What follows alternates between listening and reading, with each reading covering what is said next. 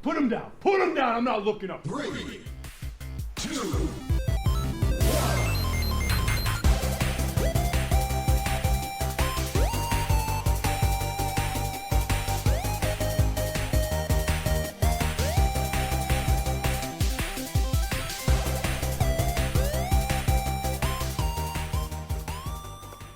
Welcome back. It is the Agony of Positivity podcast. I am Ross, somewhere floating in the ether.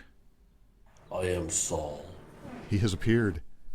Saul. Yes, if we had effects, that would be fantastic. Yes. We are back. We're actually going to have some wrestling talk this week. Yep. We haven't the last couple because just timing and BA. And honestly, Friday Dynamites, so far, and I understand why they've done this, but you could probably cut segments out of each one and make one whole Dynamite, and it would be pretty good. Well, the funny thing is, from what I've read, the NBA ratings is not all that great anyway. So, but I understand that TNT has to do because they're contracted to do it. So. Well, I feel, and maybe there'll be a day where the NBA is like, yeah, we're not going to air you guys. You're going to have to get bumped to Friday. Something like that. Yeah. Although, again, height of Raw, dog show. So probably never going to happen. This is true. So how's your week been? It's been all right. Bo's an idiot. Yeah. So the ongoing, Aqualad, basically, we have figured out that he is probably a weed that has to consume enough water to live. Yeah. I'm surprised he got this far in life, to be honest with you. I'm surprised he hasn't. I don't know, man. He's just not that smart, man. And it's got to the point now where I'm actually kind of bullying him at work because he just does. I mean, I don't know if he's doing it on purpose. He's just not paying attention. I mean, he's 15, so you got that going for you. So he's not very observant of things. Right. So. Now, when you say, so this is going to be a very old Agony of Positivity topic for a second here. When you say bullying him, is he one of those people that you just, for some reason, because I don't consider you a person who picks on people or bullies them or anything like that. Yeah. But there are people, and I've worked with a few of them, where for some reason they bring it out of people. Like the nicest people will kind of pick on them or bully them for some reason. Does he have that bizarre trait that makes it happen? A little bit. I mean, but just the sheer stupidity of things that he keeps doing over and over again. Where you're just like, either pay attention or... Right. Well, because it's a workplace, he's affecting your work. Yeah, he's affecting, the entirety of the company, truthfully. Yeah. I mean, so we have this big pool that we set up to soak rugs in. And I told you about this already, but... Yeah, but it's a funny story. So it's about 2 feet tall, maybe? Yeah. Maybe a foot and a half. We fill it up with water for our really, dirty, urine-y rugs. Let them soak it over. If this pool sits overnight to kind of set this up, and you walk into the shop, you immediately have to open every door and turn on the exhaust fan because it is difficult to breathe.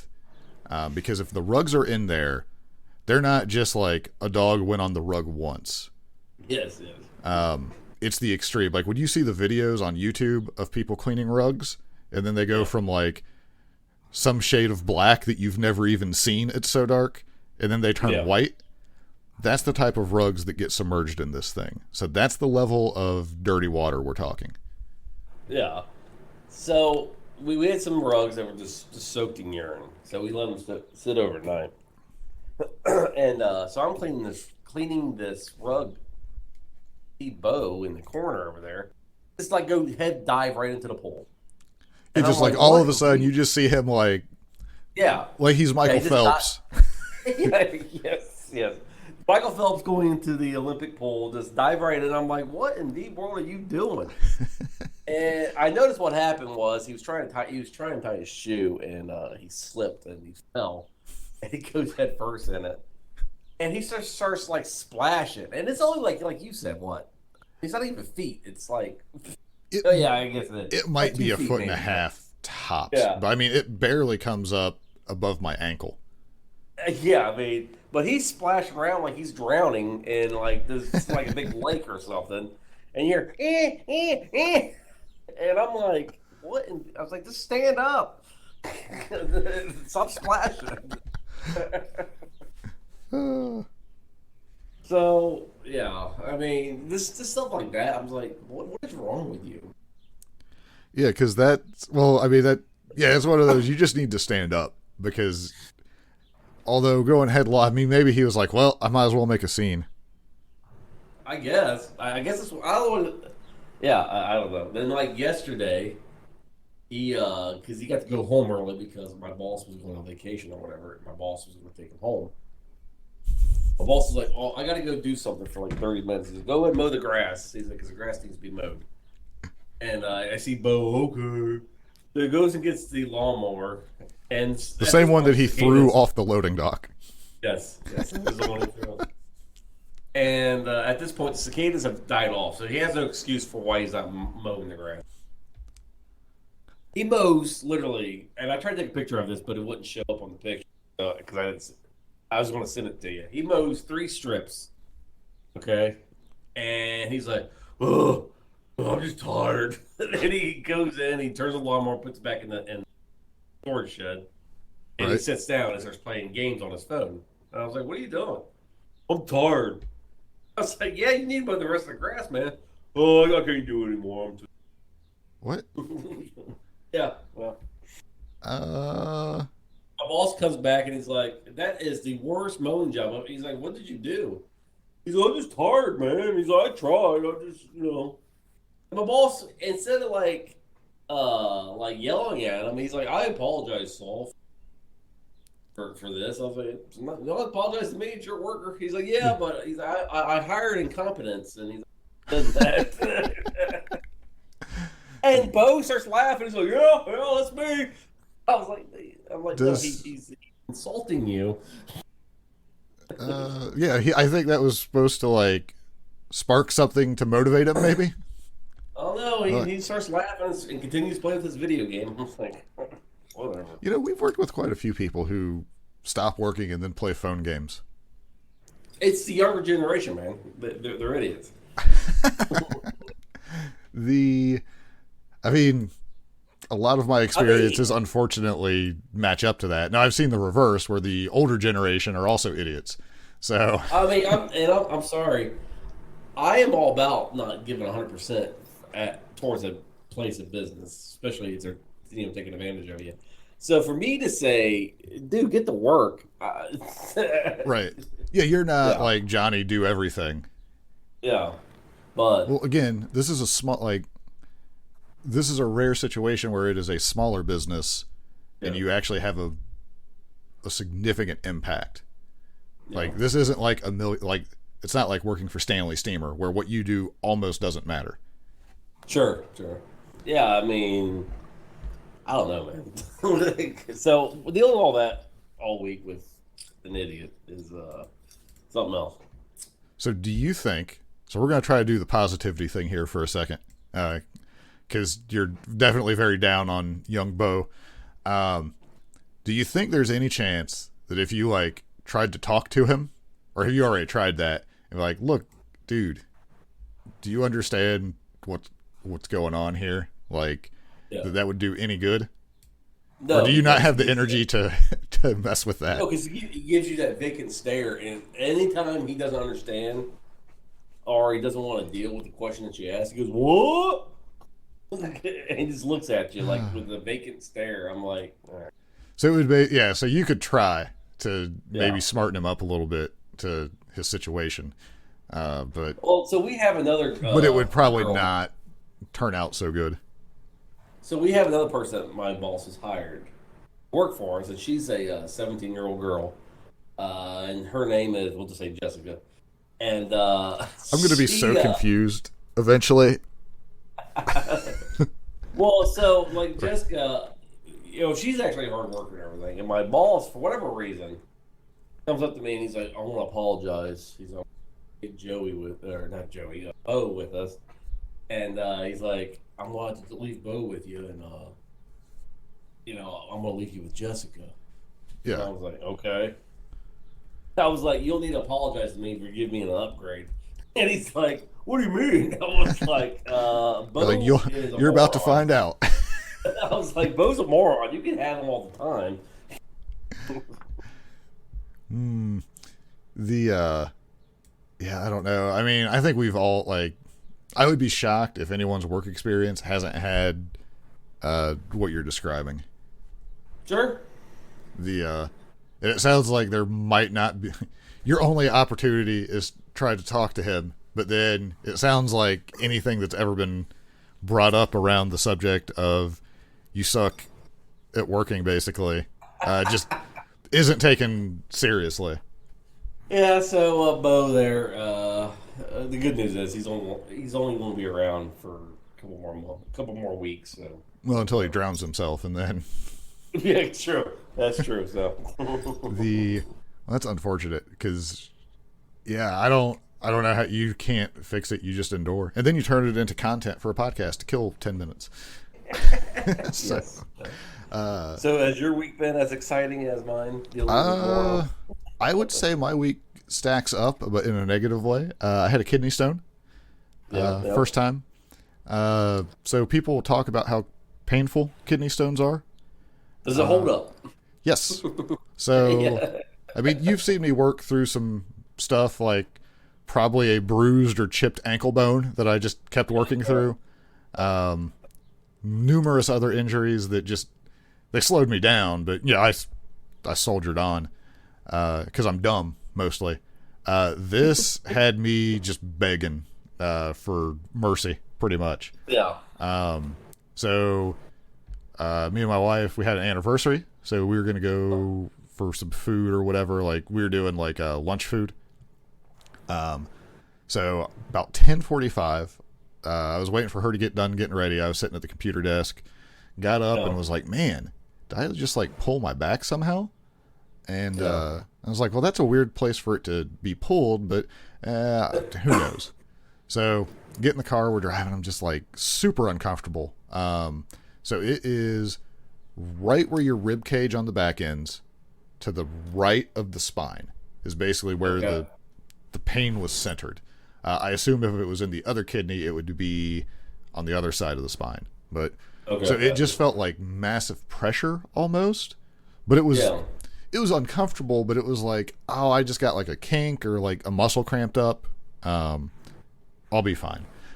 Yeah. So we go, like, I'm trying everything. Like when I get to the restaurant, like try using the restroom, like stretching, like different stuff like that, like waiting on the food. Obviously I went to the restroom and like was stretching there, trying to like work out whatever it was. I'm not just like in the middle of the restaurant doing this. Like, look at that bald dude doing yoga. What the hell? So Great. we eat and like there'll be a few moments here and there where it's not so bad, but so we get done eating and it's like, let's go back to the house because I'm having a hard time. So at this point, I don't know if you ever had like a pain or something that you can't explain and you start like coming up with crazy ideas.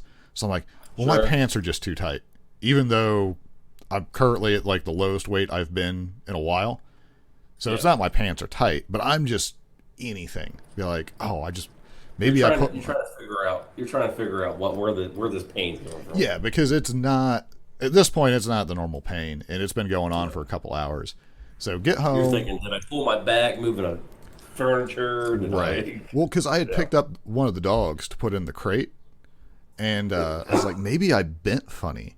But the thing is, like with a pulled muscle, usually there's one position you can find to either sit or lay that you don't hurt. It's when you start moving, you'll hurt. This, whether I laid on my side, my back, my stomach, whatever, just nonstop pain. So I'm doing, have you ever seen like where if you have like gas real bad, there's like one of the yoga type poses where you're kind of on your knees and you bend forward and it helps with gas? I'm trying that. I'm trying whatever I can think of because I'm like, there's got to be something causing this. And we're going on 3.5 hours at this point. So I tried drinking more water because I'm looking up symptoms, and it's like, this sounds an awful lot like a kidney stone from a guy I know that had them. And, so it ends up that was correct. But there's other things that it could be that are oddly more serious than a kidney stone, even though it's pretty serious from a pain standpoint. So eventually I drink the water, and I get like a rush of heat from pain, and I throw up. And then I feel a little bit better. And I'm like, well, that might just be I just threw up, so I have like the weird high from throwing up where you feel okay for a little bit. And like, yeah. So like, no joke, like 2 minutes later, I'm back to just misery. Yeah. And I've like talked to my wife, like, I might have to go to the emergency room. This is really bad. This is unbearable. So we're like 5 hours in at that point when I finally just give up and be like, okay, we got to go, because this is like, I can't even think straight anymore. Like, it's gotten so bad. Go to the hospital, wait for a half hour at the emergency room before I even talk to them. Because there was one person there and there was two people in front of me. And it was dumb.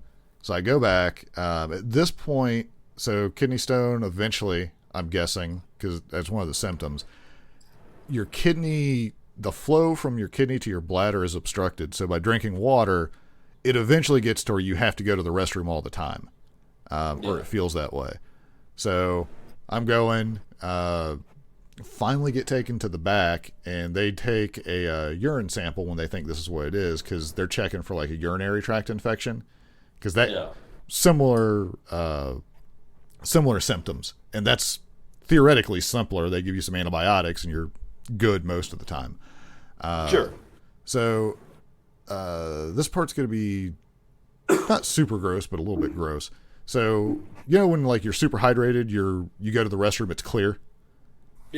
That's basically how it's been the whole time. Well, when I give them the sample, I was like, man, that is super dark all of a sudden. And they had just given me a morphine injection, like right before I gave the sample. But all of a sudden, like, I sit back down, I honestly feel pretty much fine at that point. And I asked him, I was like, should I be feeling the effects of the morphine? Because I feel almost fine right now. And they're like, that seems awful quick. But I could just respond really well to morphine as a pain block or whatever. And so I thought that was weird, but nobody else seemed to care. I was like, well, it's real weird that, whatever. So they eventually take me back, do a CAT scan. They take blood work and all this stuff. So it turns out they're like, well, the doctor comes in and he's like, it's not a urinary tract infection. The kidney stone is actually now in the bladder. And I was like, oh, so is it possible?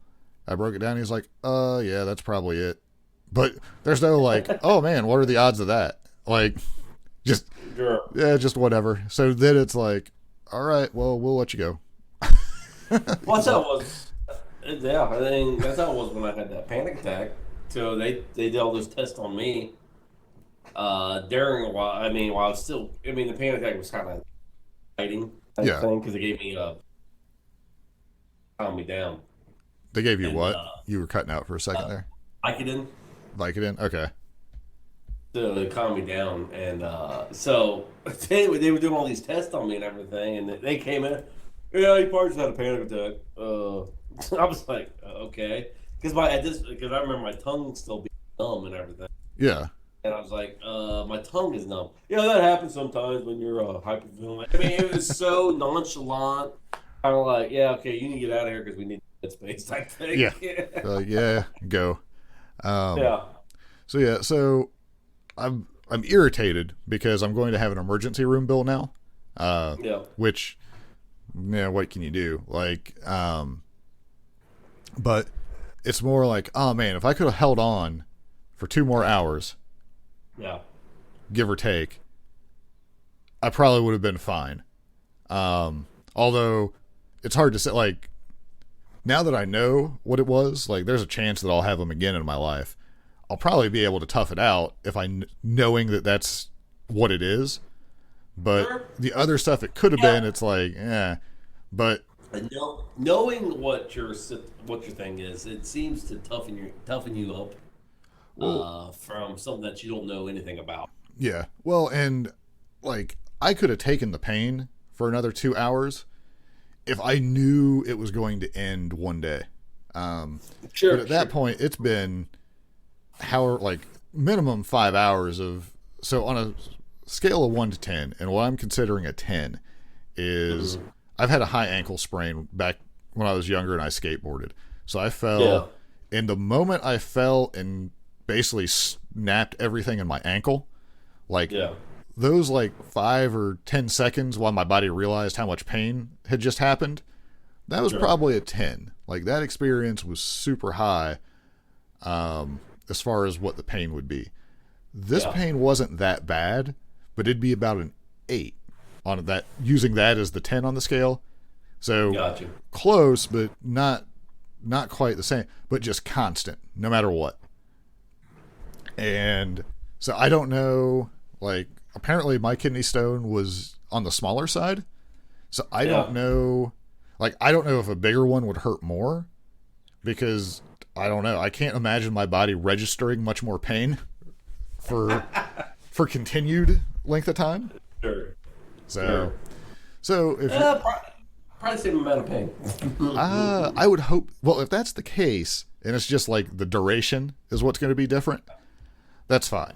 But I wouldn't be able to function I wouldn't be going to work. That's for sure. Sure. But yeah, so because guys are more likely to get the kidney stone, although women can get them. So maybe me describing the symptoms will let you know. But yeah, and if you push on the spot that's super sore, it actually makes you feel like you got to go to the restroom at a certain point. So, but yeah, unless it's so big that they got to do something about it, you basically just tough it out with pain medication. They're well, we're gonna get I think the plan was to give me some pain meds, but they were gonna give me opiates. I was I'm not gonna take those. What? I know how that game goes. I was let's create a bigger problem, shall we? Well, I mean, it is absolutely possible I could take a round of opiate pain pills and be fine. It is also possible that because I do have an addictive personality at times, I could very well have a problem. I would probably not want to find out. Sounds like we both had entertaining weeks. Yep. Yours sounds more painful, though. I think so. Yes. Although I would almost take the kidney stone pain versus falling in that pit, to be fair. Yes. So, let's see here. Do you want to talk about some AEW stuff now, just to make sure we get it in? Sure, if you want to. All right, here we go. I don't know what the hell's going on here, folks. Looks like he's just wearing blue jeans. This is a revolution. All right. So we are pretty much done with no crowd shows. Fortunately. And this goes for WWE as well. Thank goodness. Yes. Man. So last week was the final Friday Night Dynamite till next year probably. Now, before we start talking about AEW, I want to ask you something. Yeah. Do you think do you agree with, I think Booker T said it, that no crowds helped Roman Reigns create his character better, where he could get comfortable with it? I kind of would have to agree. I think it was Booker T that said it. What's that? I said I think it was Booker T that said it. I don't know. Right. Somebody said it. I mean, I'm sure, if not him, I'm sure there's a lot of people who would say that. I would say that not having, because when he initially would have started it, crowds were very anti-Roman. Yes. There was a chance. Well, the crowd could have made things difficult because Vince has to be behind it, obviously. Yeah. Vince has to like it for it to keep going, and him being as dominant as he is, I would say. If Vince is listening to a crowd, depending on what they're doing, that could change his mind. I think, in the sense that he might decide, oh, I don't like the way this is going, or I'm not getting the reaction that, something could happen that it's derailed, and all of a sudden he's dancing. That's my go-to for bad things. Oh no, because there's more instances of that than being pushed off the stage in a wheelchair. So you are very accurate. Yes. So yeah, I think the fact that he had time to develop it, because initially he was just basically the badass bad guy. Well, that's going to get cheered because that's kind of what people wanted out of him anyway. Because he wasn't being funny, he was just super serious. Well, now he's just a complete manipulative D-bag, basically, to the Usos. You're seeing him do stuff that's despicable and heel-like. So now he's definitely a bad guy. He's a bad guy I like, but you'd like to see he's kind of in that Young Bucks Kenny Omega realm where you can like them, but it's pretty easy to root against them. The problem is they don't have any good guys. Yeah, well, I will read threads where people are talking about who should be the one to take the belt off Roman. Yeah. I don't know if they have a guy right now. They don't. I mean, the only people that you could do and make it legitimate is if Lesnar came back. It'd have to be somebody well, that's no good because Lesnar really doesn't need another accolade at this point. It's true. They need to build their future, right? I mean, stop. You would back think to the old guys. Well, you always hear, and I don't know if it's 100% true, but I think Triple H has said it in interviews that it's basically no one's going to be bigger than WWE at this point. Yeah. And if you could approach that, they would probably put the kibosh on it, to where they would cool you off or whatever. Because there's been countless scenarios where people have been getting some traction and then just nothing happens with it. Sure. A prime example, Braun Strowman. Yeah, he'd be it looked like obviously he was a world champion, so he did quite okay for himself. But there were a few times where it was he seems like he could really go to that next level of being a big deal, and it just never happened for some reason. So I don't know if that is intentional. Well, the other thing I think of is Bray Wyatt and Matt Hardy. Yeah. Everyone seemed to like that, and they were no.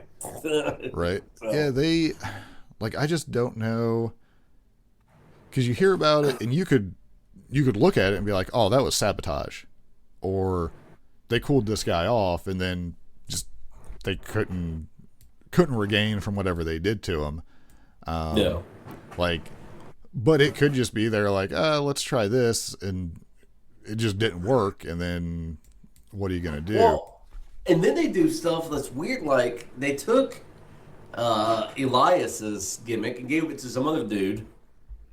Have you seen that guy? Oh, the Bugan or whatever his name is?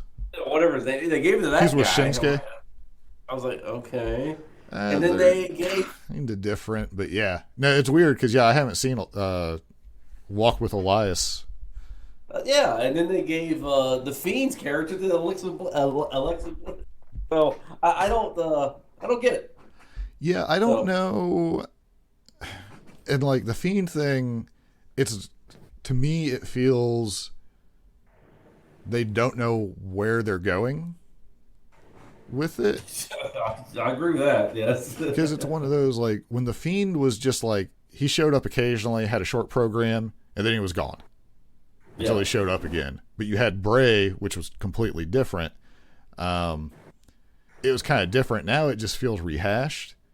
So I don't know. It's they always talked about where Big Show should have been treated more as an attraction as opposed to someone you see wrestle every week.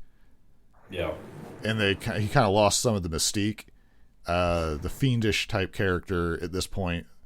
Again, I'm super casual on watching WWE, but it kind of feels that way to me because I still try to read the results, so I have a general idea of what's going on. And it's just this doesn't even make me want to tune in. Like, basically, like, Roman and a couple other things here and there interest me.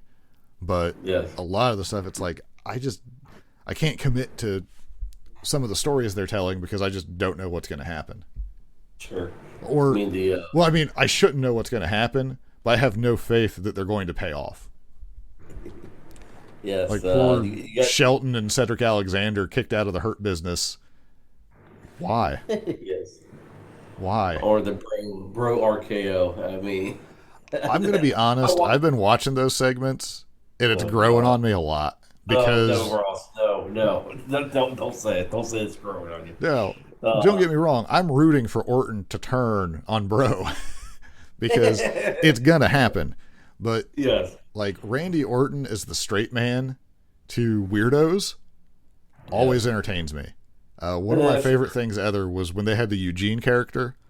There's a time like him, he tagged with like part of Evolution, and after the match, they're in the back, and Eugene was like, "Remember that one time?" And he like just goes through like the match they just had, and Orton's just sitting there, and he's like, he's so mad, like it looks like he's real life mad, where he's like, "It just happened, it wasn't a long time." Like, so just some of his reactions to stuff crack me up.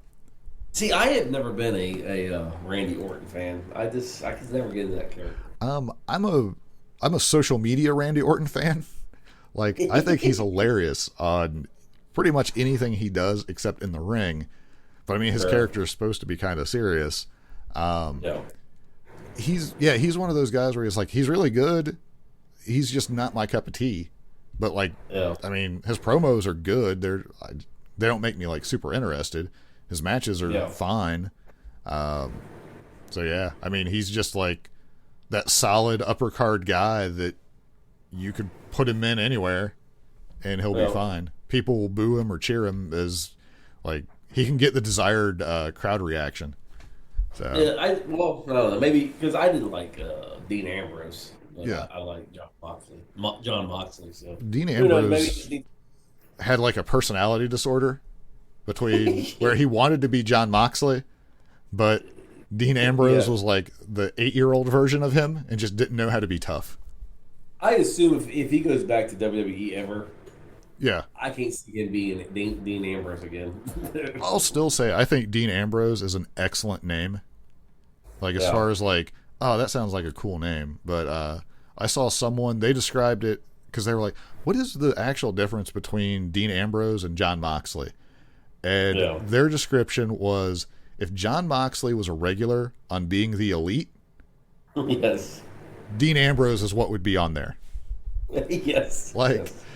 And I don't know if there's a more perfect explanation. I wish I could remember the tag of the person that originally said that, but I have no idea who originally said it. But whoever it was, they're a genius because I think that's pretty close to dead on.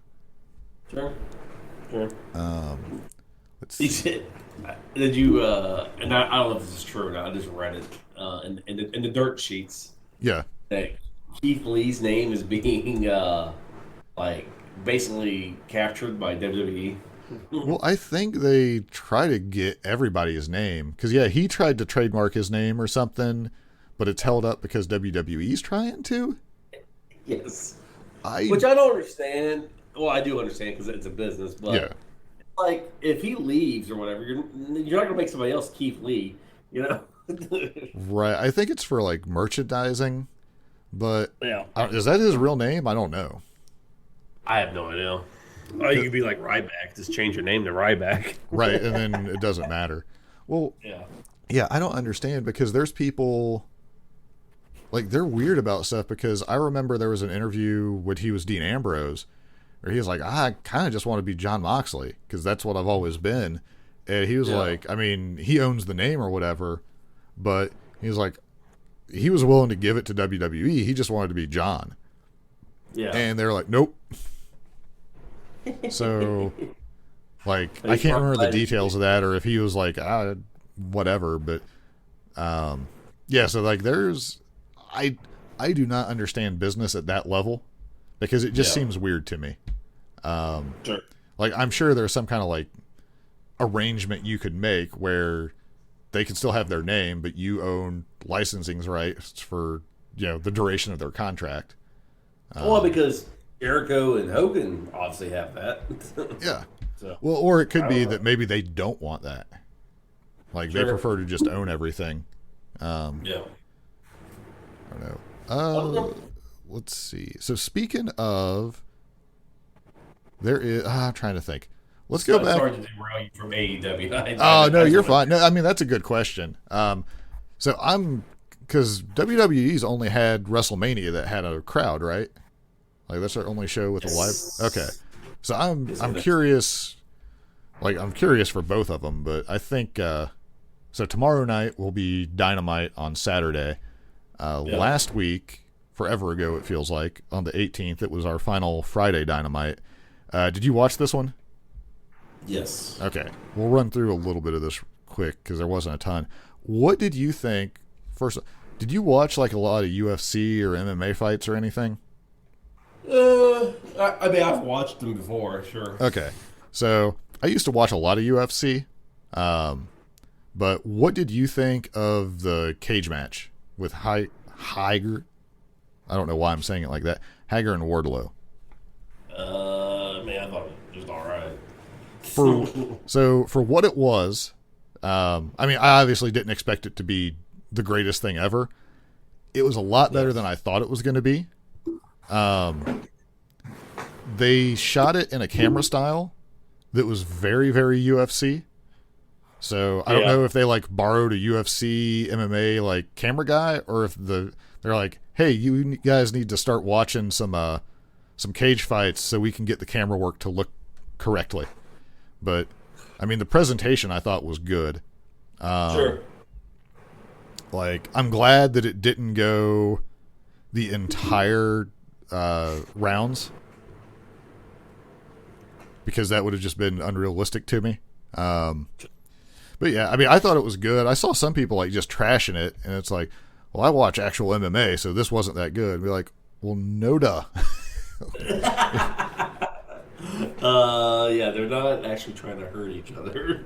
Like, I've also seen street fights that people use wrestling moves, so I'm not impressed by that fake spine buster that didn't paralyze the guy. Like, yes.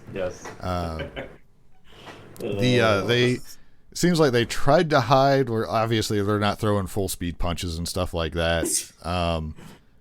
But go back to that mindset. It's like, I used to be a soldier, and I watched Saving Private Ryan. That is so fake.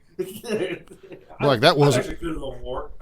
Like that wasn't a real arm blown off. Be like, well, yeah. Yes. You know how hard it is to find an extra who's willing to have their arm blown off for $500? Yes. Like, some people, man, this is great. Right. So yeah, I mean, this is one of those things that's like, there's gonna be people who absolutely hate it. Like them throwing in like the Hurricane Rana and things like that into it. I get it, but it's wrestling, so what are you gonna do? Sure.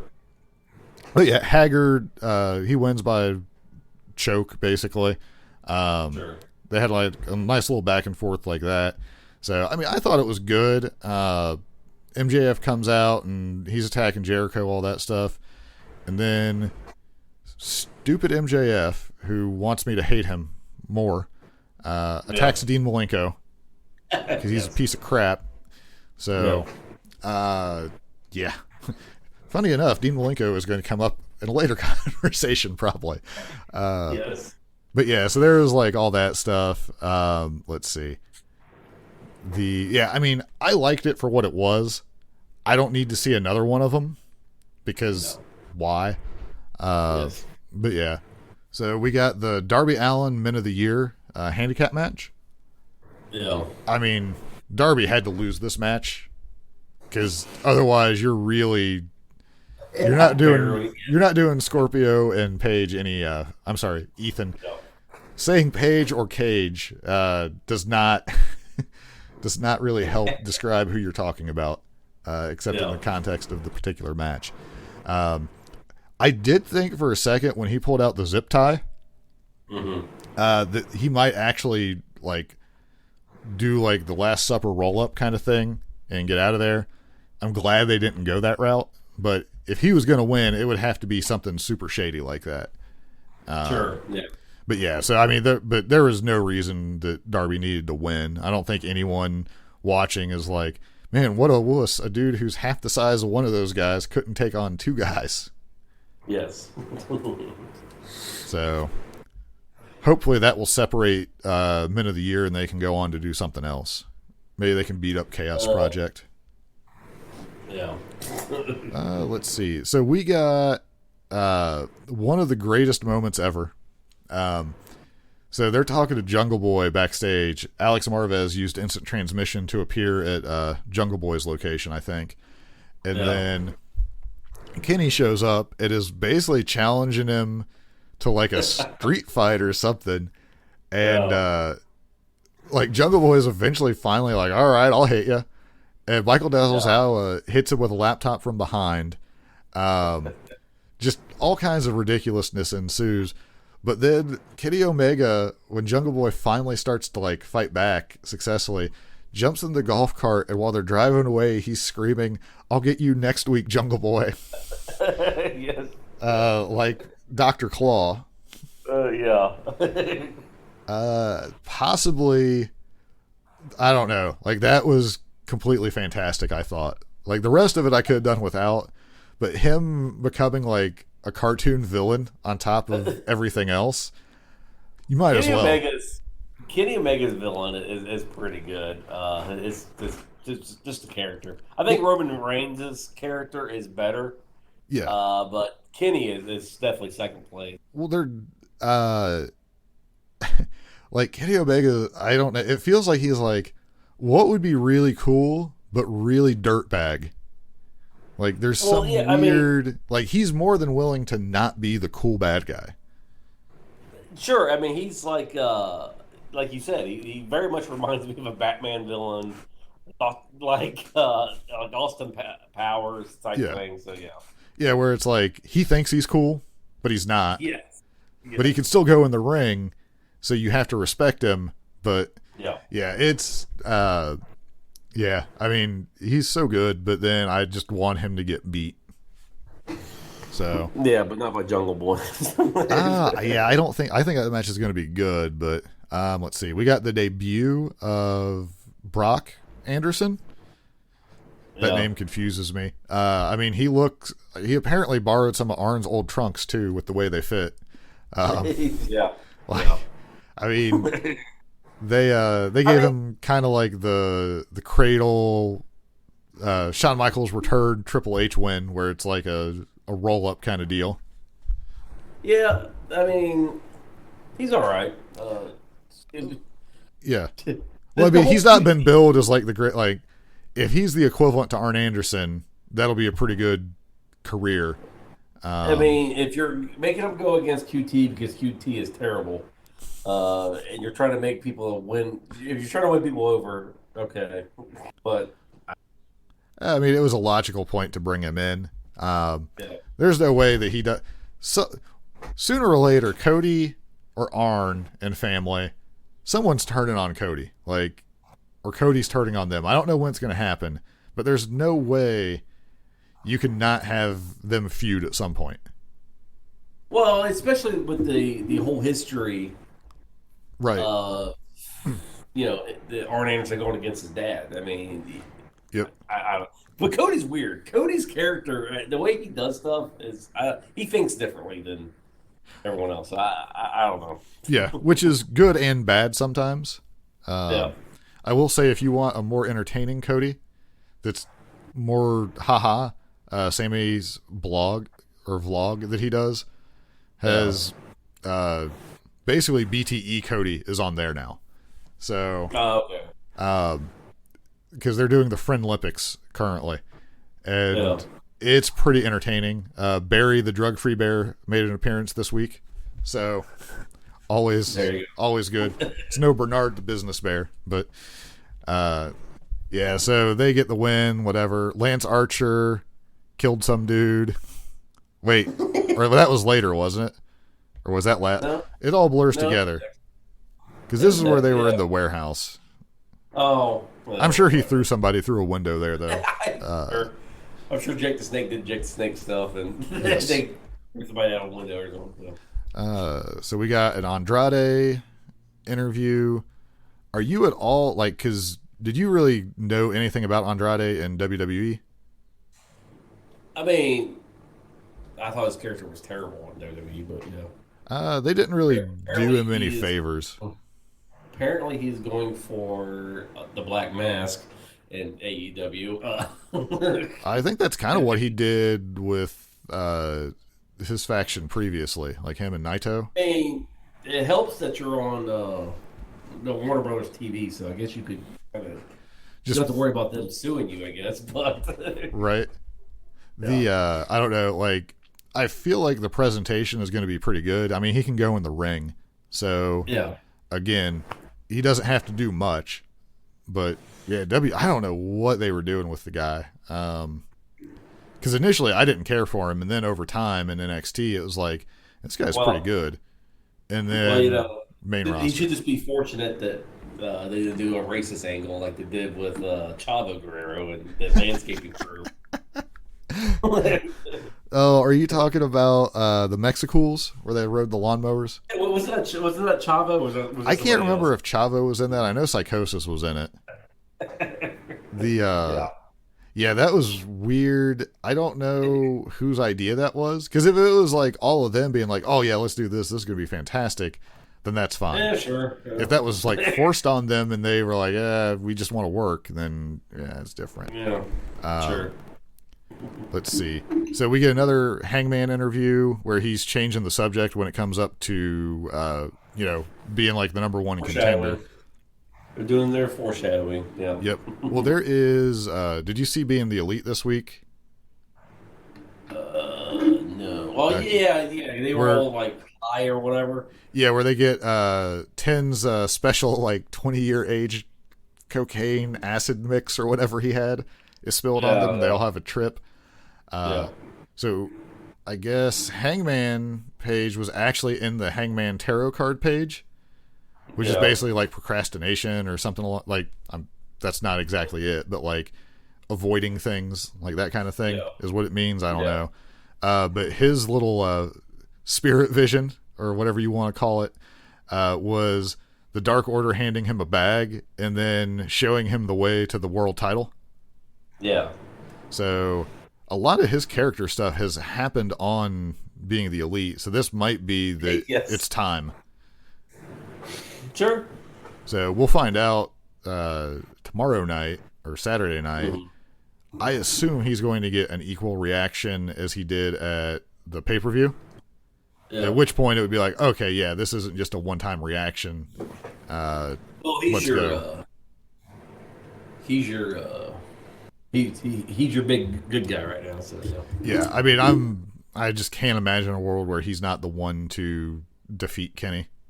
I just hope they don't make him become part of the Elite. That'd be just dumb. I mean, a year or two from now, yeah, that's fine if they do an angle like that. But yeah, I don't think it's going to be anything immediate. So I mean, we'll have to see. But let's see. They got Britt Baker does some stuff. Most of this other stuff, like main event, was fine. But let's move forward here. So the two, I guess, the biggest matches are for Saturday night are going to be Hangman against Hobbs, and then you got Kenny Omega and Jungle Boy. I kind of assume that Hangman's going to win in this one. I assume you do. I could see if it is the beginning of Hangman's road to the title, I assume he wins and he's just going to go on a tear. Building momentum. If they're going to hold off just a little bit longer, giving Hobbs a win over Hangman is a pretty big deal for him. Yeah. So, I mean, either direction is fine. I mean, if they want to let Hobbs move up the rankings and be like a match for Kenny, and then Hangman shortly behind that, that's fine by me. Yeah. I still don't buy Hobbs as a bad guy. He's still like a good person doing bad things. Yeah. Well, the whole Taz group. It's just, I don't know. It's never really come together for me. I'm sorry. Yeah, I don't. Again, probably pandemic derailing stuff, because there was plans at one point for the FTW title, but obviously whatever that was is either on hold forever or not happening immediately soon. So Kenny and Jungle Boy. So you think there's zero chance that Jungle Boy wins? If you give him the belt with his promo skills, yeah. Do you think there's a chance that he does a time limit draw? Yeah, I can see that. Now, hopefully it's like a 30-minute time limit draw for like TV time remaining or something, but not a I could be wrong, but I'd be curious to see a 60-minute match on special, but I feel like they wouldn't risk that on a Saturday night thing. An hour-long match is a big commitment. Yes. Yeah, I can see time limit draw. Yeah, like TV time remaining. Or just let Kenny Omega be a heel and just do heel things. Hits him with all four belts and the tag belts. Have the weirdo Good Brothers come out and do their thing. Yeah, I assume, because he'll have so over under on Marco just getting absolutely destroyed during this match. Yeah, because I assume it has to happen. I would appreciate that. Face turd for the Elite. Yes. Let's see here. So you mentioned Jungle Boy's promo skills, or I don't even know if it's a lack of promo skill. It's like a 0 to me, where it's not the most I've seen bad promos from people. He's not bad, but he's not anything that makes me he's not selling me on a fight, basically. He's about as good as what was Statlander. She's terrible at promos too. Hers don't really grab me. But yeah, you had mentioned because Jungle Boy can go in the ring, you compared it to talking off air to Dean Malenko, where if Dean Malenko wrestled nowadays, he'd probably be super over just for his wrestling ability. And just he can talk, but it's just very straightforward to the point. So, and didn't you say there was an interview with Jungle Boy where he acknowledged he needs to work on promos? Yeah, I think he was on the Bully Ray's podcast. Okay. Yeah, so he it's not like he doesn't know that he's got to find something that works. Sure. Now, it could be that if they really lean into he's a man of few words kind of thing, and that's just what he is. He's going to tell you what he thinks short and succinctly, and then he's going to go out and put on a really good match. I think they could make that work. Those characters never really do anything, though. True. I mean, Sid Justice is probably the only one, maybe. I don't know. He was pretty insane. Yeah, that's true. He ruled the world. I'm trying to think of people that didn't really talk a lot. I mean, honestly, Dean Malenko is one of the best examples, I would say, because Andre the Giant was kind of like that too, I guess. Yeah, I mean, there was Andre the Giant was big, so right. Yeah, and Jungle Boy, he's good in the ring, but he's not the greatest ever. I mean, he's super young though, so I mean, he's a decade away from having to go by not Jungle Boy. So, sure. I mean, Shawn Michaels is still the Heartbreak Kid, so he's got plenty of time to mature into. But yeah, I'm sure he'll find something. But although I would love it if he got a story arc. I don't know how you do this with keeping him towards the top, but maybe he gets a TNT title run where he's trying to find a promo style.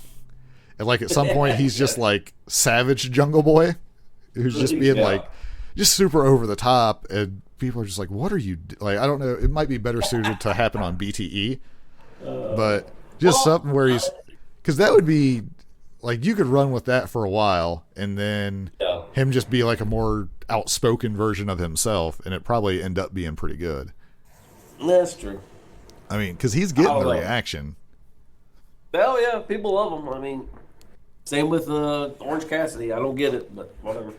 I like Orange Cassidy. Like, I think it's just that you have people that are different, Yeah. and they're actually treated as in different ways legitimate.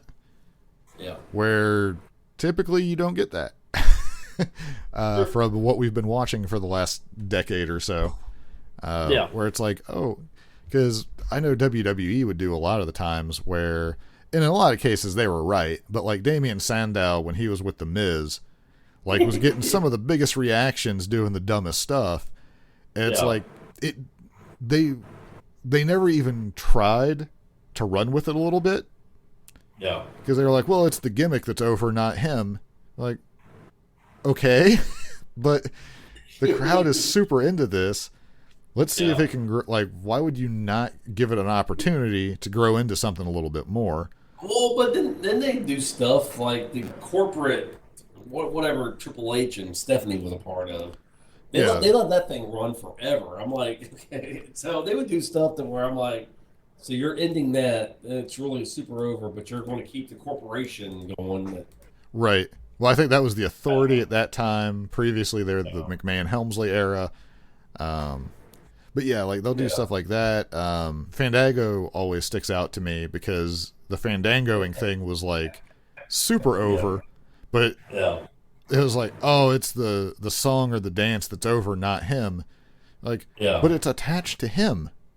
Yeah. Like, why would you not give into it a little bit and see you can have like some mega star that's going to move a ton of merch for you.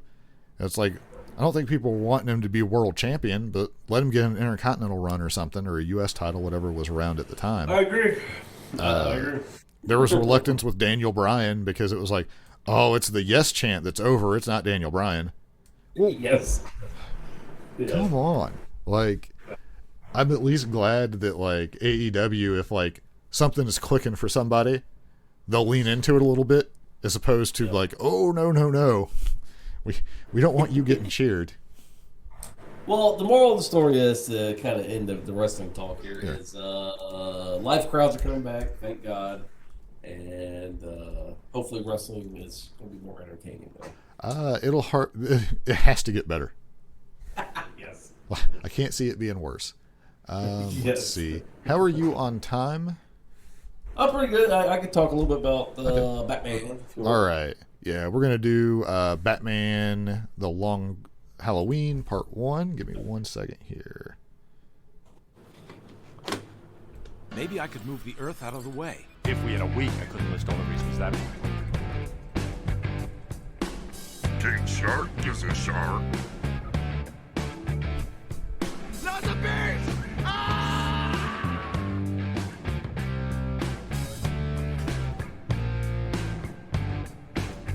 Let's rock. All right. We got what was released recently, Batman The Long Halloween Part 1. Part 2 is going to be August. August or July? Or I don't know. The future. Yeah, the future. All right. So there will probably be some spoilery talk on this one. So if you're... I don't want to do too many spoilers because it's a good thing. I think people should go out and buy it. Okay. Rent it. So whatever you do. Possible spoilers, but nothing super major because I haven't seen this. So you're going to kind of be selling me on it. Yeah. So probably won't be anything major then. But if you want total surprise, maybe hold off listening to this part.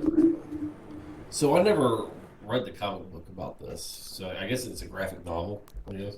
Right. Yeah, I believe so. Because I'm confusing it. There's some other Halloween themed story that was like a Scarecrow one shot. I think Scarecrow's in here eventually. Part 1 just didn't cover it. Then maybe I read part 2. It's hard to say. It's been so long since I did it. But yeah, based on Jeff Loeb, writer, or however his name is pronounced.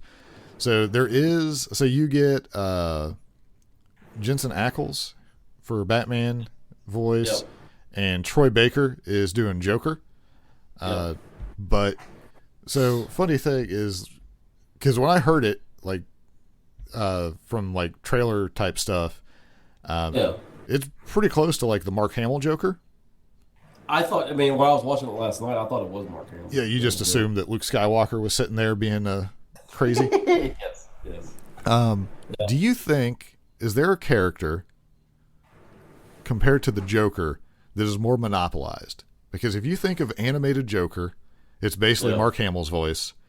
When people think of live action Joker now, it's always Dark Knight Joker.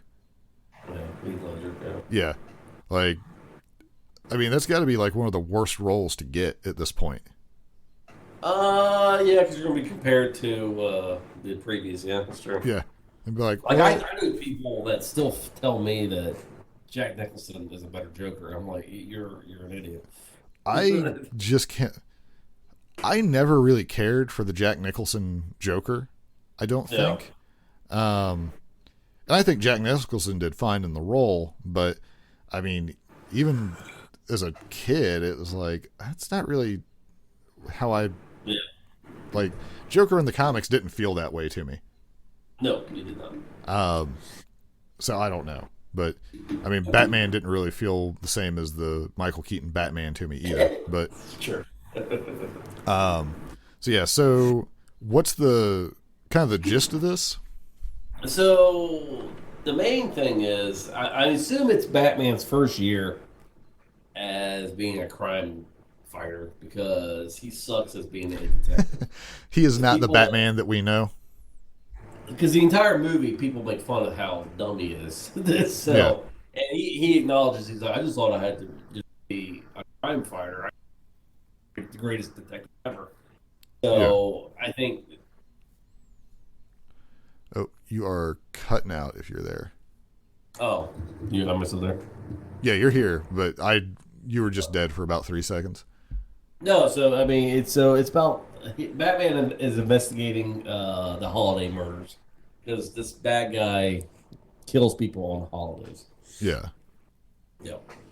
Yeah, let me see here. So, okay, I got like a synopsis. So, inspired by the iconic 1990s story, part one begins as brutal murder on Halloween. Gets Batman. He's going to buddy up with just Captain James Gordon and Harvey Dent. The Falcone crime family. But then stuff become like people start dying on Thanksgiving and Christmas. It's not ordinary gang violence. They're also dealing with a serial killer. They can't figure out who it is. Now, since this is calendar related, is Calendar Man in this thing? So Calendar Man's in it, but he's in Arkham, and because I think that was the number one suspect. Yeah, but he's already in jail. So what a throwaway character that, due to video games and other things, has gotten more limelight in recent years. Well, the first couple scenes in the movie, he's actually trying to help Batman, trying to understand that he's trying to get a serial killer, and the Counterman's like everything is kind of leading to Harvey Dent being a holiday killer, and Batman and Gordon don't want to admit it. Yeah, and Harvey Dent in this movie, he's showing some signs of some serious mental issues. And like Two-Face is coming out.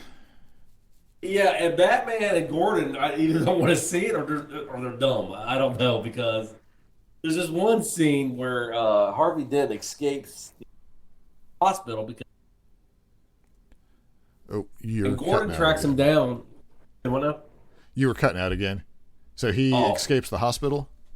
So he escapes the hospital, and Gordon tracks him down, and he's standing outside Falcone's house, basically his hotel that he lives in, and he's just standing there in the rain, just staring at the building. And Gordon comes up and he's like, "Are you all right, Harvey?" "I'm fine." And the Gordon's like, "Why don't you come home with me, have Thanksgiving dinner?" And Harvey's like, "No, I'm fine, just standing here." In the rain.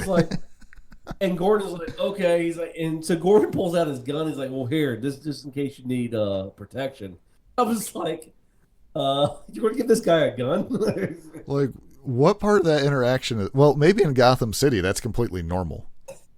Sure. Like, it's a miserable city, so standing in the rain is probably pretty standard from the emo denizens of Gotham. Standing in the rain in your hospital gown is not normal, though, I would assume. I didn't realize that. Yes. And Gordon's just like, oh, yeah, that's just what Harvey does. I guess. And he's like, he hands him a gun. He's like, here's protection. You have Falcone. I was like, you have nowhere to store it because you're in a hospital gown.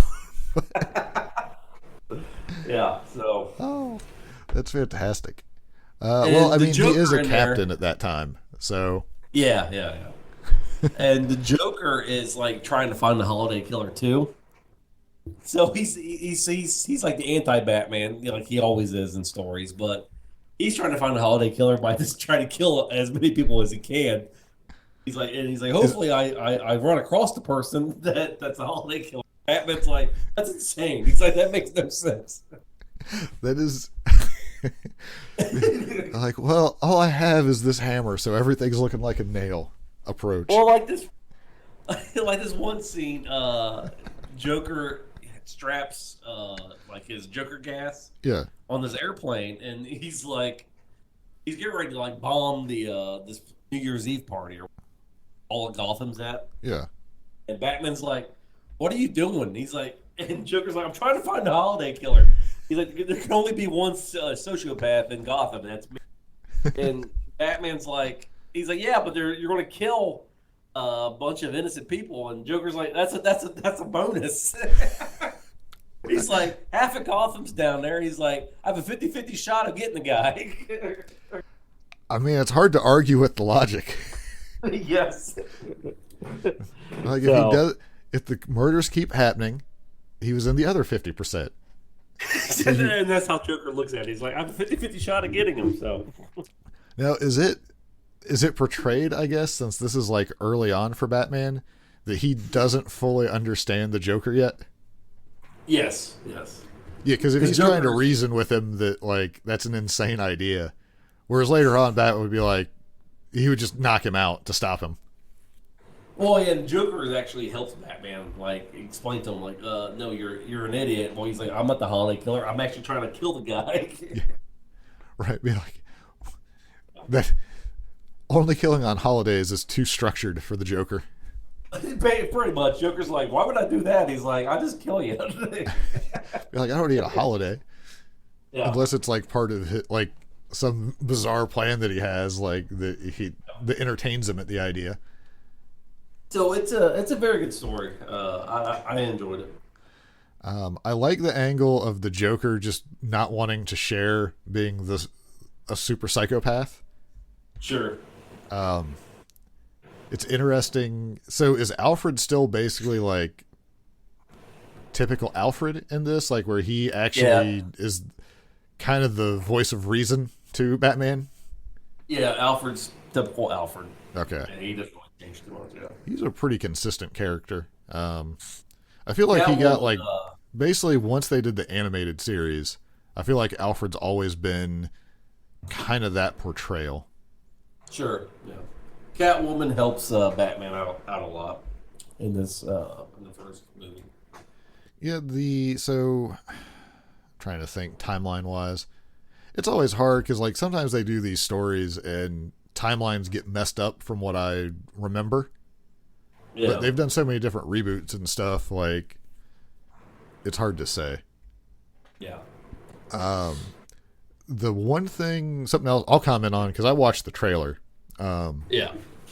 Art style's good.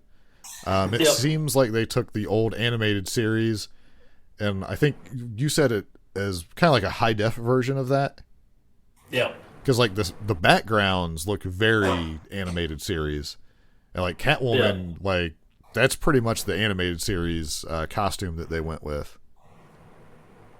So, art style seems like it'll be an easy watch. Like they do some of those, the animations where it's a very weird style that's kind of jarring. Yeah. To watch, but this one looks like pretty traditional in that sense. There is a funny moment in the trailer where the guy's like talking to Batman. He's like, I thought you didn't hurt people.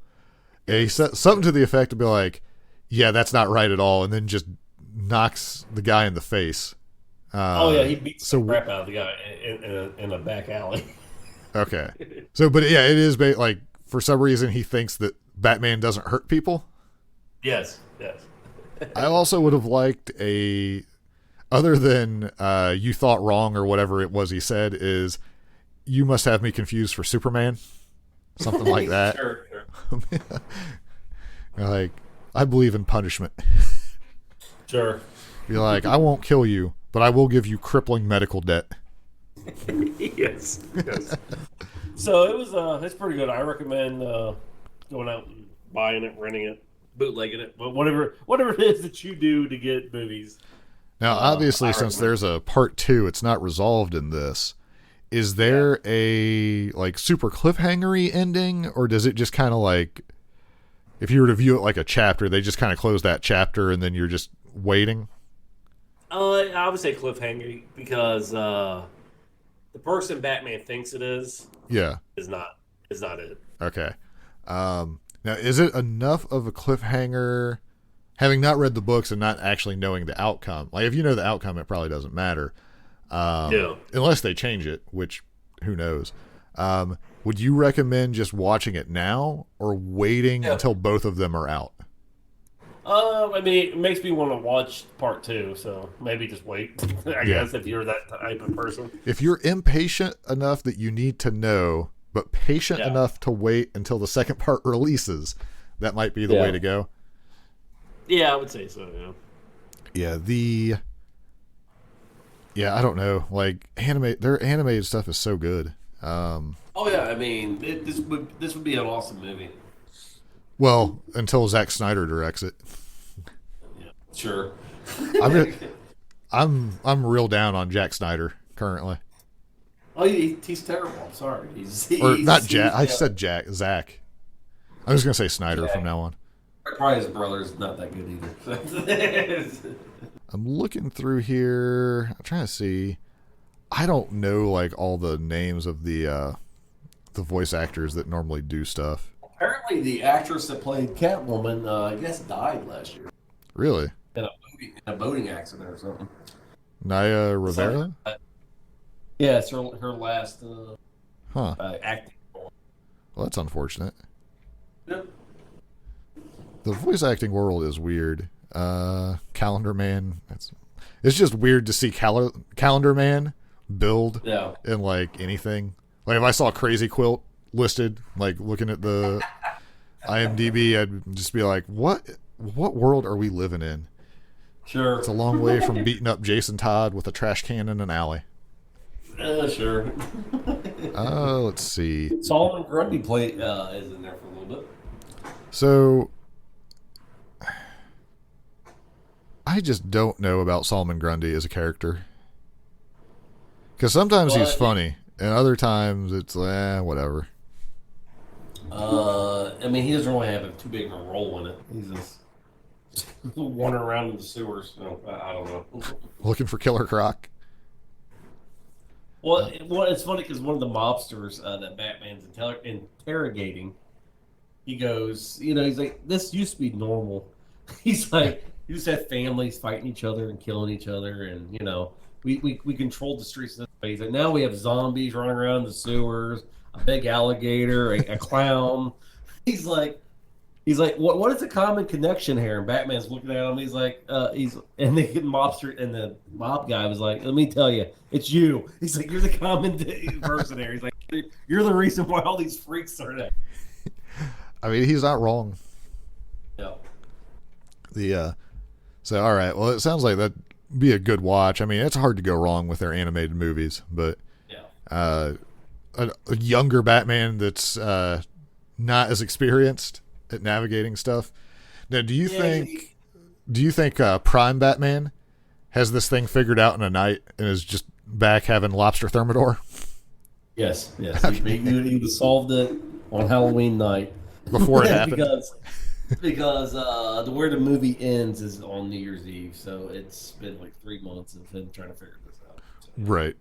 It is like it's funny to think like Batman sucks as a detective. Yes. He's not too smart. Well, and people just mock him. Like, Yes. you have a... like, yeah, you're the... Even fighting, I mean, he can still fight, Yeah. but like jobbers, where it was giving him a hard time. So it's an early Batman. Yeah, he didn't have 500 concussions of experience of fighting. Yeah. Yes. Well, and I'm assuming his gadgets are not nearly as impressive.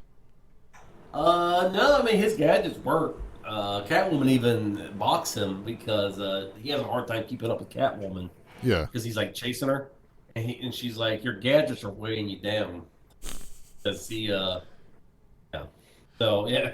Yeah, he didn't. So he has gadgets. Yeah, just. It's funny. He hasn't built his armory of random things. The anti-calendar man tech. Yes. That sits in the Batcave just waiting. Yes. All right. Well, I think we could probably end it here. We've covered some decent stuff this week. When did this thing... Is this brand new? Yeah, it just came. I think it came out yesterday. Okay. So we're like super topical. That's right. So yeah, video 22nd June. So Yep. there you go. So all right. Well, we will wrap it up here. We should be back next week. I don't know what we'll talk about, but something will come up. We will talk about something. Yes. Maybe we can complain about Warcraft and their runes of domination. Yes. They're like, oh, you chose poorly. Better start recrafting your gear. Yes. Man. Are you going to be affected by that, or have you even paid attention? I haven't even paid attention to that. Right. All right. Well, I'm going to hit our outro. You can follow us on the Twitter if you want. It's mostly posting shows 90% of the time at the AOP podcast. And Instagram is on there. Yep. Yeah. So you can find us that way. Yeah. I don't recommend anybody using the book face, but if that's your... I wouldn't either. I wouldn't either, but yeah. But people use it. So, all right. Take it easy, everybody. Boom.